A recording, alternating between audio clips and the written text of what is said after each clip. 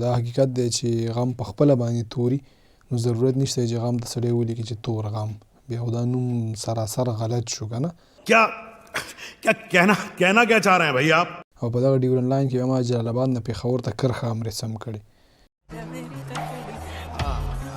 نو کله چې هغه کرښې ته ګورې چې جلال آباد نه پېښور ته راغلی بیا پاس نوم ته وګورې تورغم نو زموږ هیله دا وه چې د دې کرښې ته په کتو او بیا نوم ته په کتو به د هر چا په ذهن کې دا راشي چې دا تورخم یادی लेकिन तू कर भी क्या सकता है यार خو بدبختانه چې څوک هم تورخم نوم ته فکر نه کوي هر سړی وایي چې غم یې هم تور کړی که نه غم خو چې دی مخکې نه تور وي अरे भाई एक रुमाल देना मनीष देखो मैं रो नहीं रहा हूँ मैं खुशी में मेरे आंसू निकल रहे हैं سلامونه یارانو هیله ده چې ټول ښه روغ جوړ اوسئ نن مې غوښتل لنډه خبره وکړم خو اوږده خو په دې خاطر باندې نه کوم چې بیا یې نه اورئ او لنډه خبره هم کوم د مطلب خبره به کوم خو چې واورېده لطفا شریکه یې کړئ کله مې داسې نه دي ویل چې دا ویډیو شریکه کړي خو دا ځل یې وایم هغه هم په دې خاطر باندې چې زما د کتاب تورغم د نوم په اړه باندې یو عام فکري مغالطه موجوده ده هغه دا ده چې اکثره خلک فکر کوي د دې کتاب نوم چې دی د دوو لفظونو مجموعه ده تور او غم او دا حقیقت دی چې غم په خپله باندې توري نو ضرورت نشته چې غم ته سړی ولیکي چې تور غم بیا خو دا نوم سراسر غلط شو که نه که غم خپله تور وي نو څه له ورسره تور لیکي تش غم چې دې ولیکلو بس دا کفایت کوي نو تور غم ولې موږ ټاکلی دی نو په دې اړه باندې غواړم لږ سپیناوی وکړم د ځینو ملګرو په ذهنونو کې پوښتنه را پیدا کېږي او حق دی چې پیدا شي خو موږ د کتاب په کور باندې که تاسو فکر وکړئ موږ په ډیورن لاین رسم کړی دی او په دغه ډیورن لاین کې ما جلال آباد نه پېښور ته کرښه هم رسم کړې نو کله چې هغه کرښې ته ګورې چې جلال آباد نه پېښور ته راغلی بیا پاس نوم ته وګورې تورغم نو زموږ هیله دا وه چې د دې کرښې ته په کتو او بیا نوم ته په کتو به د هر چا په ذهن کې دا راشي چې دا تورخم یادی خو بدبختانه چې څوک هم تورخم نوم ته فکر نه کوي هر سړی وایي چې غم یې هم تور کړی که نه غم خو چې دی مخکې نه تور وي ضرورت نشته چې دا نور هم تور شي نو ما غوښتل په دې اړه باندې وغږېږو د دې کتاب نوم چې دی دا اصل کې چې چا چې لوستلی هغوی ته پته ده هیله ده چې چا نه یې لوستلی تاسې هم ولولئ د دې کتاب نوم چې دی ما ولکې جینۍ د خدای او د رسولو معنی ایښی مصطفی صالح یو ډېر مشهور آزاد نظم دی ډېر ګران مشر ډاکټر کرن خان په ډېر ښه انداز کې زمزمه کړی هم دی نو دا کوم آزاد نظم چې دا ما په تورغم کې ټول استعمال کړی دی او د همدې امله ما د تورغم نوم چې د کتاب نوم ما جینۍ د خدای او د رسولو معنی ټاکلی خو زموږ مشر تکړه ادیب لطیف شاهد صاحب ته چې ما دا کتاب ولیږلو او هغې چې کله ولوستلو نو هغې د نوم په اړه به دا مشوره راکړه چې دا کتاب ډېر یو جدي او ډېر یو مهمه موضوع باندې لیکل شوی دی او ډېره ګټوره موضوع باندې لیکل شوی دی یو ډېره لویه موضوع باندې لیکل شوی خو چې کله انسان د کتاب دا نوم لولي جینۍ د خدای او د رسولو معنی فکر کوي چې دا به یو عادي د مینې قصه یا به داسې یو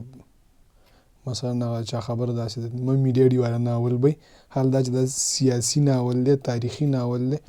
او په دې کې موږ کوشش کړی دی چې د پولې دواړو خواو د ځوانانو سیاسي دانش چې د هغه را بیدار شي لږ سیاسي پوهه یې را بیدار شي او د خپل ملک د دې پښتنې خاورې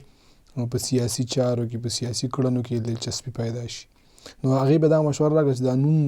ممي ډیډي ټایپ دی او کتاب چې دی هغه ډېر زیات تاریخي او سیاسي اهمیت لري نو په دې خاطر موږ د دې کتاب نوم د جینۍ د خدای او د رسولو معنی نه تورغم ته راواړولو حال دا چې ما په هغې کې یو ټایټل هم جوړ کړی و جینۍ د خدای او د رسولو معنی په نوم باندې 8 پوسټ هم په فیسبوک کې کړي خو موږ دا نوم د هغې نه تورغم ته راواړولو خو بیا ما چې بي بي سي او ویو ای او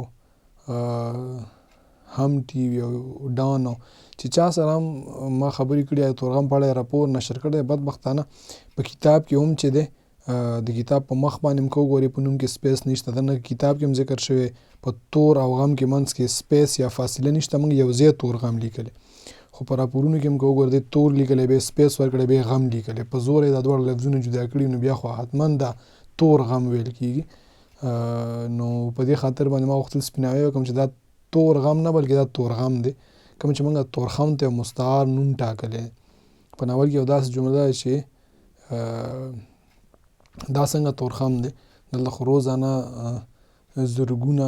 زموږ پښتنې خویندې د خپلو پښتنو ورونو نه بې عزتي خوري، کنځلې خوري، خلک لوټل کېږي، رټل کېږي، بې عزته کېږي. دا تورخم نه، دا باید تورغم وي. د هغې جملې په اساس باندې د کتاب نوم چې دی تورغم ټاکل شوی دی. نو دا ملګري ډېر شکایت کوي چې یار دا تاسو غم ته یو بل رنګ هم ورکړی دی، رنګ ضرورت نشته غم دپاره، هغه خپله توري. ما غوښتل چې دغه عامه فکري مغالطه چې د کتاب په اړه جوړه شوې ده هغه حل شي، او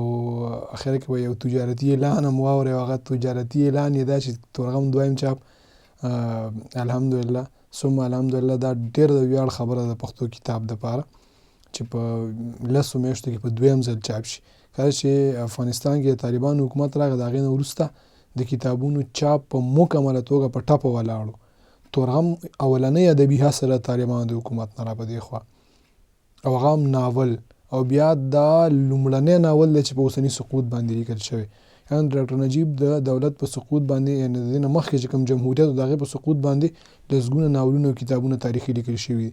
خو د دې سقوط په اړه باندې د ټول نه لومړی کتاب چې هغه ولیکل شو چاپ شو هغه زما تورغم ناول و. نو په دې وجه هم د دې ارزښت، د دې اهمیت ډېر زیات دی. خو زه نه پوهېږم ولې ځینې خلک د څه وجې نه زما د کتاب په ارزښت نه قایلېږي، یا د دغه کتاب ارزښت ته متوجه کېږي نه، او په نوم هم شکایتونه کېږي، یا نور هم ډېر مسایل دي. په افغانستان کې وګورو، په پښتونخوا کې موږ د 1000 نه ډېر کتابونه په 2-3 میاشتو کې خلکو ولوستل، مینه یې ورکړه، ویې ستایه. البته په افغانستان کې اوسه پورې هماغه 300 کتابه چې اول کې لیکل شوي دي ختم شوي نه دي، او د دې علت هم معلوم دی. کومه چې خلکو دلته تورغم په اړه نظرونه ورکړه، کومو ناشرانو ته چې تورغم ورسېد، هغوی چې په کوم توګه باندې کتاب خرڅ کړو او خلکو ته یې ور ورسولو، هغسې د افغانستان کتاب پلورنځیو والا ونه کړه، بلکې د نورو کتابونو په څېر یې چې پراته وي رایې وړل، الماریو کې کېوستل او خبره ختمه. که څه هم کتاب لیکل که یو هنر، رسول یې ټول نه غټ هنر دی، او کیدای شي که د دې کتابخانو والا دا چل کړی وی نو دلته به هم نه وی پلورل شوی. د کتاب پلورل هم طریقه غواړي، هم چې دی همت غواړي، هم چې دی زړه غواړي. بدمرغه کتابتونونو کې دغه یو څیز هم شته چې یوازې هغه کتابونه خلکو ته سجست کوي یا پرې خرڅوي کوم چې د هغې خپل چاپ کتابونه، او هغه کتاب چې هغې نه یې چاپ کړی یا بل چا ورلېږلی یا یې د پامه بد راغی، نو په هېڅ صورت باندې چاته نه سجست کوي، نه یې پرې خرڅوي، تر څو چې خپله ورپسې څوک په نوم ورنه شي یا یې ترېنه ونه ګوري روان لري. نو په داسې توګه باندې تورغم چې افغانستان کې اوسه پورې نه یې خرڅ شوی. زما هیله چې دا ځل په افغانستان کې تورغم د پښتونخوا نه ډېر خرڅ شي او ډېر به وکتلی شي، ځکه چې که څه هم زما موخه د پښتونخوا خلک و چې باید ویلولي، خو چون د پښتو ژبې کتاب دی او د پښتو کتابونو د پیر او پلور ټول نه ستر مارکېټ چې د افغانستان دی، نو زما هیله چې دا ځل به تورغم ته همالته توجه وشي، او دا دویم چاپ په افغانستان کې هم د پښتونخوا نه ډېر وپلورل شي. مننه.